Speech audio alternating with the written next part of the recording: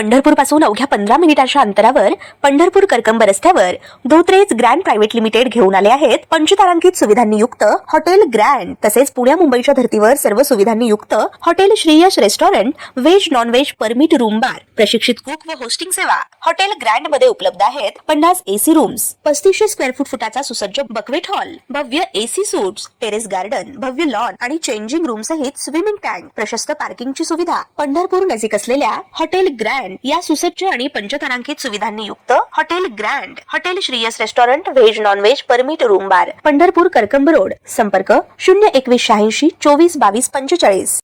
ताज्या घडामोडी पाहण्यासाठी आमच्या YouTube चॅनलवरील PVR म्हणजेच पंढरी वार्ता या न्यूजला सबस्क्राइब करा आणि शेजारील बेल आयकॉनवर क्लिक करा।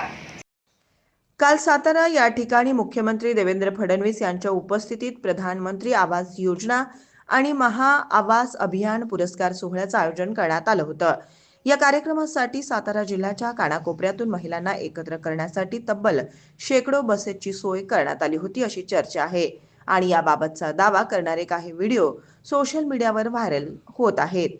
देशाचे पंतप्रधान मोदींनी इंधन बचतीचे आवाहन केल्यानंतर अनेक मंत्र्यांचे वाहनाचे ताफे कमी झाले असल्याचं सांगण्यात येतं, तर स्वतः मुख्यमंत्री देवेंद्र फडणवीस यांनीही बुलेटवरून प्रवास करीत इंधन बचतीचा संदेश दिल्याचं दिसून आलं होतं। मात्र कालच्या सातारा येथील कार्यक्रमानिमित्त फक्त गर्दी जमवण्यासाठी इतक्या मोठ्या प्रमाणात डिझेलचा धूर करणं योग्य आहे का?